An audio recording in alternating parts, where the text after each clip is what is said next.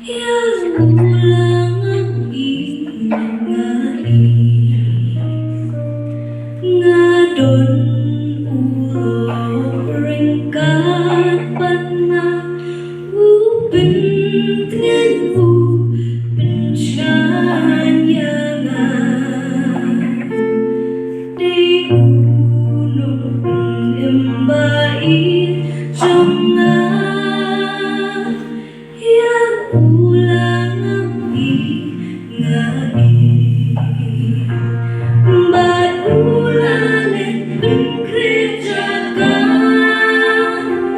yang nahalai hapne ya yomi makman mentalangan ingai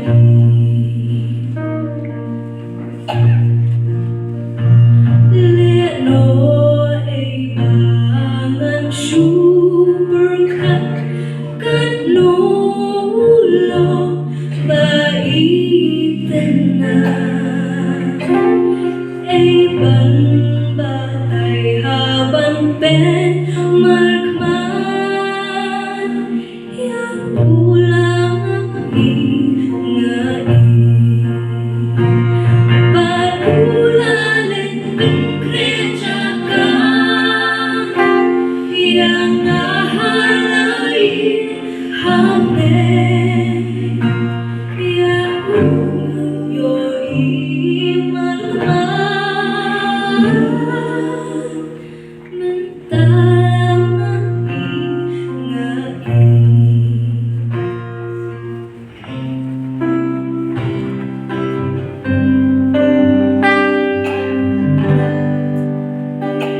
Jingkermen pangadon mentang kapentana lenti jonga bawon sabdang yang hantang langam yoiru mentang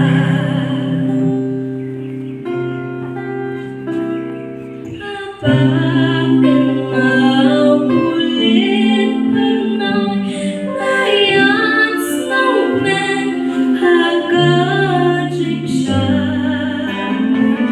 ngaim balik kamon udra ya ulang ingai pengerjakan yang nahalai hapne ya yo iman